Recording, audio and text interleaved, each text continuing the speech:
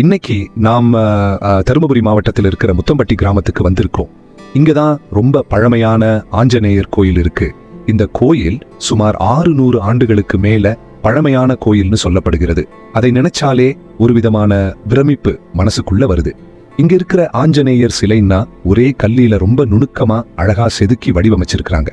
அந்த காலத்துல இவ்வளவு துல்லியமா சிற்ப வேலை பண்ணியிருக்கிறாங்கன்னா உண்மையிலேயே வியப்பா இருக்கு. பழங்காலத்துல இந்த இடம் முழுக்க காடு நிறைந்த பகுதியாக இருந்ததுன்னு மக்கள் சொல்லுறாங்க. அந்த காலத்திலேயே இந்த கோயில் உருவானதாக நம்பப்படுகிறது.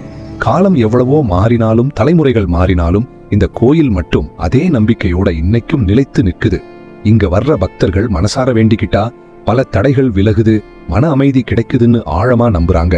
தமிழ்நாடு மட்டும் இல்லாம பெங்களூரு, கர்நாடகா, ஆந்திரா மாதிரி மாநிலங்களிலிருந்தும் தினமும் பல பக்தர்கள் இங்க வர்றதை பார்க்க முடிகிறது. வேலை பிரச்சனை, குடும்ப கவலை, வாழ்க்கை சிக்கல்கள் இதெல்லாத்துக்கும் இங்க தீர்வு கிடைக்குதுன்னு பல பேர் அனுபவமா சொல்றாங்க. இன்னைக்கு இந்த வீடியோல இந்த கோயிலோட சிறப்புகளையும் இதோட வரலாறையும் முழுசா நாம சேர்ந்து பார்க்க போறோம். அதுக்கு முன்னாடி நீங்க இப்போதான் ஜங்கிள் ஜர்னி சேனலை பாக்குறீங்கன்னா இந்த வீடியோ பிடிச்சிருந்தா ஒரு சப்ஸ்கிரைப் பண்ணி வைங்க.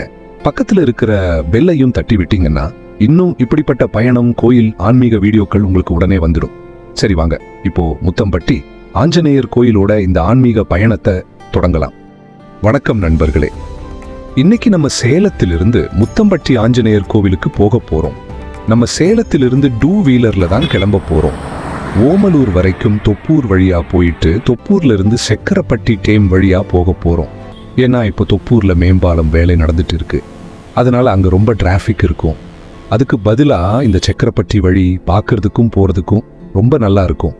அந்த டேம், அங்க இருக்கிற தண்ணி, இயற்கை காட்சிகள் எல்லாம் பார்த்துட்டு போற ஃபீலே மனசுக்கு ரொம்ப நல்லா இருக்கும். அதனால தான் இந்த வழியையே சூஸ் பண்ணி கிளம்பிட்டோம். வாங்க போகலாம். இப்போ நம்ம செக்கரப்பட்டி டேம் பக்கமா வந்துட்டோம். நமக்கு முன்னாடியே தெரியுது பாருங்க, அதுதான் செக்கரப்பட்டி டேம். நம்ம சேலத்திலிருந்து கரெக்டா 10:30 மணிக்கே கிளம்பினோம். இப்போ வரைக்கும் கிட்டத்தட்ட 36 கிலோமீட்டர் வந்துருச்சு. இங்கிருந்து இன்னும் 13 கிலோமீட்டர் தான் நம்ம முத்தம்பட்டி ஆஞ்சநேயர் கோயிலுக்கு. இப்போ நீங்க பார்த்துட்டு இருக்கிறது தான் செக்கரப்பட்டி டேம். ஒரு பக்கம் பெரிய பெரிய மலைகள், இதை கொஞ்சம் வனங்குண்டை மலைன்னு சொல்லுவாங்க. அந்த மலை ஒரு பக்கம், இன்னொரு பக்கம் இந்த ரயில் பாதை. இது பெங்களூரிலிருந்து சேலம் வழியாக கோயம்புத்தூர், பாண்டிச்சேரி வரைக்கும் போகிற ரயில் பாதை. நடுவுல ரோடு போட்டிருக்கிறாங்க. அதுக்கு பக்கத்திலேயே இந்த செக்கரப்பட்டி டேம். இதையெல்லாம் பார்த்துட்டே போற காட்சியே அவ்வளோ அழகா இருக்கும். இந்த வழியில ரயில் பாதையில ரயில் போச்சுன்னா பார்க்கறதுக்கு அவ்வளோ சூப்பரா இருக்கும். அதனாலதான் இந்த வழியையே எடுத்தோம். இப்போ நம்ம கிட்டத்தட்ட 46 கிலோமீட்டர் வந்திருக்கோம். பாருங்க, நமக்கு முன்னாடியே கோயில் தெரிய ஆரம்பிச்சிருச்சு. இன்னைக்கு கோயில்ல கூட்டம் சுமாராதான் இருக்கு. பொங்கல் முடிஞ்சு லீவ் எல்லாம் முடிஞ்சதால இந்த மாதிரி கூட்டம் இல்லாத டைம்ல இந்த கோயிலை பார்க்கறது ரொம்ப நல்லா இருக்கும். மேலே பாருங்க, மேல பார்வைக்கு மேலே ரயில் தண்டவாளம் தெரியுது. இதுதான் முத்தம்பட்டி ஆஞ்சநேயர் கோயிலுக்கு ஆப்போசிட்டா இருக்கு. பெங்களூர்ல இருந்து வரவங்க எல்லாம் முன்னாடி இந்த ஸ்டேஷன்ல இறங்கி அப்படியே கோயிலுக்கு வந்துடுவாங்க. நாம இப்போ வண்டியை ஒரு சைட்ல நல்லா பார்த்து நிறுத்தி விட்டு கோயிலை பார்த்துட்டு வரலாம். ஒரு முக்கியமான விஷயம், வண்டியில எதுவுமே வைக்காதீங்க. ஏன்னா இங்க குரங்கு தொல்லை ரொம்ப அதிகம். சாப்பாடு, பேக் ஏதாவது வச்சிருந்தா குரங்குகள் எல்லாத்தையும் பிச்சு போட்டு விடும். அதனாலதான் நீங்க பாருங்க, வழியில போறவங்க எல்லாருமே ஒரு தடி எடுத்துட்டு தான் கோயிலுக்குள்ள போறாங்க. சரி, இப்போ கோயிலுக்குள்ள போகலாம்.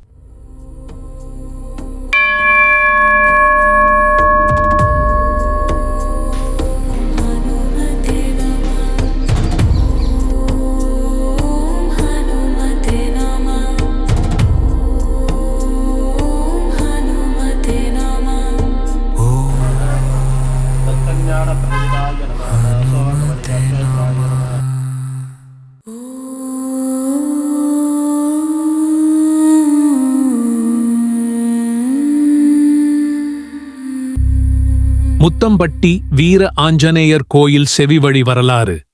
மனிதன் வளர்ச்சியை நோக்கி முன்னேறிக் கொண்டிருந்த காலம்.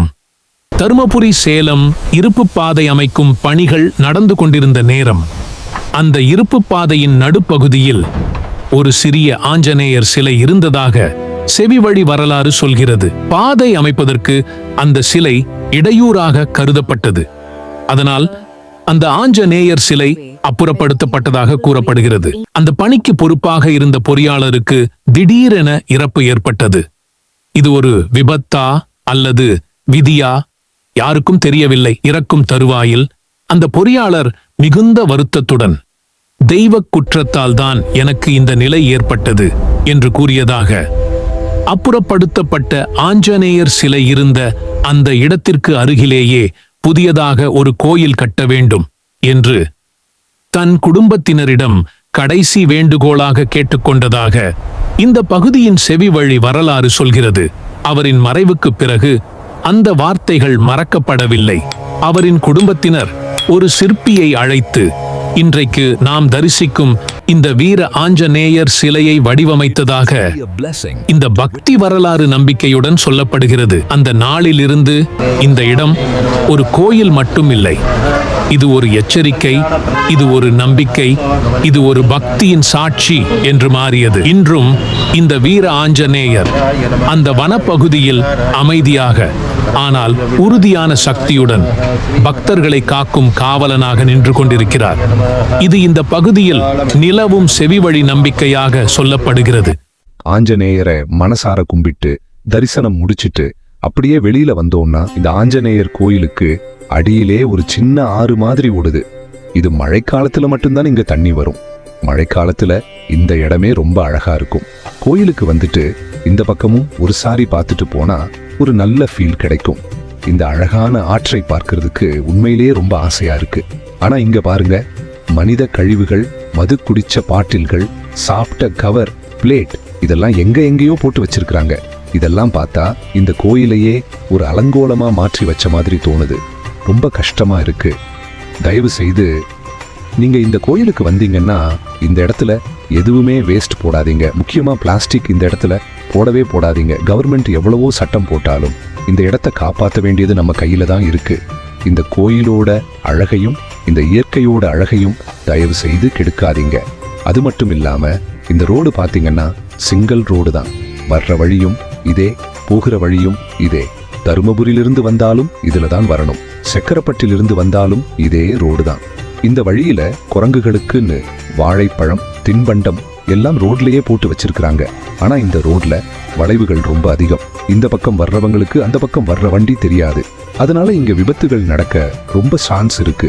அதனால தயவு செய்து குரங்குகளுக்கோ மற்ற விலங்குகளுக்கோ ரோட்ல தின்பண்டம் போடவே போடாதீங்க. அது நமக்குத்தான் ஆபத்தா முடியும். அப்படியே ரோடு தாண்டி இந்த பக்கம் வந்தோம்னா இங்க சின்னதா ஒரு கோயில் மாதிரி செஞ்சு அதுக்குள்ளே விநாயகரை வச்சிருக்கிறாங்க. இது சுமார் 600 வருஷம் பழமையான விநாயகர்னு சொல்றாங்க. இந்த முத்தம்பட்டி ஆஞ்சநேயர் கோயிலுக்கு வந்தா முதல்ல விநாயகரை வணங்கிட்டு அதுக்கப்புறமா ஆஞ்சநேயர் கோவிலுக்கு போகணும். நாம இது பார்க்க மறந்துட்டோம். அதனால இப்போ கடைசியாக விநாயகரை கும்புறோம். இந்த விநாயகர் ரொம்ப சக்தி வாய்ந்த விநாயகர்னு சொல்றாங்க. கோயில் எல்லாம் சுத்தி பார்த்துட்டு இப்போ நம்ம வீட்டுக்கு கிளம்ப ஆரம்பிச்சிட்டோம். இப்போ பாத்தீங்கன்னா மணி சுமாரா ஒரு 4:30 ஆகுது. நம்ம 11:30 மணிக்கு வந்தோம். ஒரு 3 மணி நேரம் நல்லா இந்த கோயிலை சுத்தி பார்த்தோம். மனசுக்கு ரொம்ப நிறைவா இருக்கு. இந்த சக்தி வாய்ந்த ஆஞ்சநேயர் கோயிலுக்கு நீங்க வந்திருக்கீங்களான்னா உங்களோட அனுபவத்தை கமெண்ட்ல சொல்லுங்க. இந்த வீடியோ பிடிச்சிருந்தா இந்த வீடியோக்கு ஒரு லைக் கொடுங்க. மறக்காம நம்ம ஜங்கல் ஜர்னி சேனலை சப்ஸ்கிரைப் பண்ணி வச்சுக்கோங்க.